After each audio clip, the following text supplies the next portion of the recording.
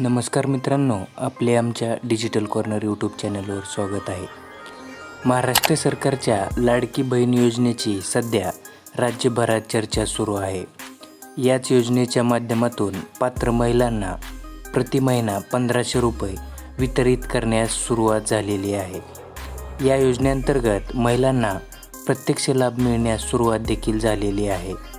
अनेक महिलांच्या खात्यात जुलै आणि ऑगस्ट महिन्यासाठी 3,000 रुपये जमा करण्यात आलेले आहे. दरम्यान या योजनेसाठी महिलांचा वाढता प्रतिसाद लक्षात घेता राज्य सरकारने एक लाडकी बहीण योजनेसंदर्भात मोठा निर्णय आणि महत्त्वाचा घेतलेला आहे. लाडकी बहीण योजनेमध्ये कोणता महत्त्वाचा बदल करण्यात आला आहे हेच आपण या व्हिडिओमध्ये जाणून घेणार आहोत. तरी हा महत्त्वाचा व्हिडिओ शेवटपर्यंत पहा. मित्रांनो, व्हिडिओ सुरू करण्यापूर्वी आपण जर आमच्या डिजिटल कॉर्नर यूट्यूब चॅनलवर नवीन असाल तर सबस्क्राईब नक्की करा आणि असेच महत्त्वपूर्ण व्हिडिओ पाहण्यासाठी शेजारची बेल आयकॉन नक्की प्रेस करून ठेवा. चला तर मग व्हिडिओ सुरू करूया. 17 ऑगस्टपर्यंत सर्व पात्र महिलांच्या बँक खात्यामध्ये 3,000 रुपये जमा होणार आहेत. राज्य सरकारकडून महिलांनी केलेल्या अर्जाची युद्धपातळीवर तपासणी केली जात आहे. महिलांच्या अर्जाची छाननी करून संबंधित महिला पात्र आहे की नाही हे ठरवले जात आहे. 31 जुलैपर्यंत अर्ज केलेल्या अनेक पात्र महिलांच्या बँक खात्यामध्ये सरकारने 3,000 रुपये टाकण्यास सुरुवात केलेली आहे. आतापर्यंत 80 लाख महिलांना लाभ देण्यात आलेला आहे. राज्य शासनाने दिलेल्या माहितीनुसार राज्य सरकारने आतापर्यंत 80 लाख महिलांच्या बँक खात्यामध्ये लाडकी बहीण योजनेअंतर्गत दिला जाणारा सन्मान निधी वितरित केला आहे. 14 ऑगस्टच्या रात्री साधारण 32 लाख पात्र महिलांना मुख्यमंत्री माझी लाडकी बहीण योजनेचा थेट लाभ देण्यात आलेला आहे. तर स्वातंत्र्यदिनी पहाटे 4 वाजता 48 लाख महिलांच्या बँक खात्यामध्ये थेट पैसे जमा करण्यात आलेले आहेत.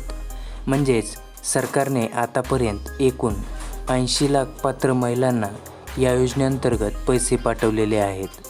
सर्व पात्र महिलांना रक्षाबंधनापूर्वी लाभ हस्तांतर करण्यासाठी सरकार प्रयत्नशील आहे, असे सरकारकडून सांगण्यात आलेले आहे. आता सर्वात मोठा बदल म्हणजे आता 31 ऑगस्टनंतरही लाडकी बहीण योजनेचा अर्ज करता येणार आहे.